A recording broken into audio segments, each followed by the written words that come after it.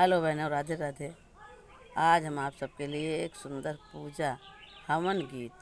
सुनाने जा रही हूँ। अगर आपको हमारी गीत अच्छी लगे तो लाइक कीजिए, कमेंट द्वारा बताइए कि आपको हमारी गीत कैसी लगी। तो चलो हम सुनते हैं एक सुंदर सा प्यारा सा पूजा हवन गीत। काहे रे चौक बड़ा सुंदर हो देखत नीक लागई हो देखत नीक लागई हो बहिनी दाऊ यही नाऊनी के लीपे दऊ हमारे अंगन गुना हमारे अंगन गुना हो बहिनी दाऊ यही नाऊनी के लीपे दऊ हमारे अंगन गुना हमारे अंगन गुना हो नहीं यही नाऊनी के लीपे ना हमारे अंगन गुना हमारे अंगन गुना हो बहिनी रामयऊ सीता चौके बैठई ताओन के धरम से नीओन के धरम से नी हो बहिनी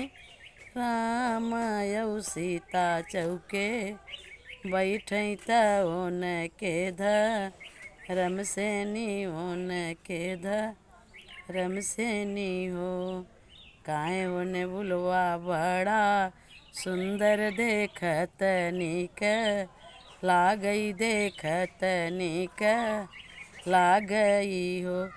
बहिनी दाऊ यही मलिया के सींचे दऊ हमारे नी खेते घूने हमारे नी खेते घूने हो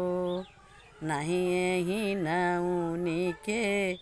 लीपे दा हमारे नी खेते घूने हमारे नी खेते घूने हो बहिनी में की झिमी की देवा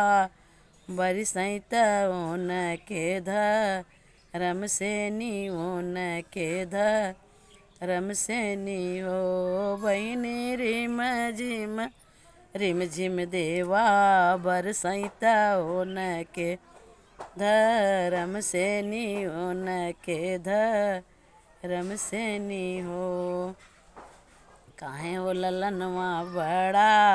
सुंदर देखत नीक लागई बहुत नीक लागई हो बहिनी दऊ नरियरवा के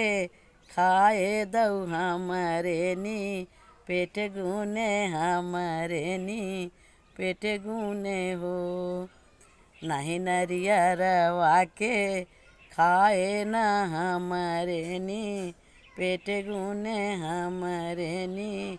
पेट गुने हो बहिनी सासु ससुर पैया लागे तओन के धरम से नी ओन के धरम से नी हो बहिनी सासु ससुर पैया लागे तओन के धरम से नी ओन के धरम से नी हो।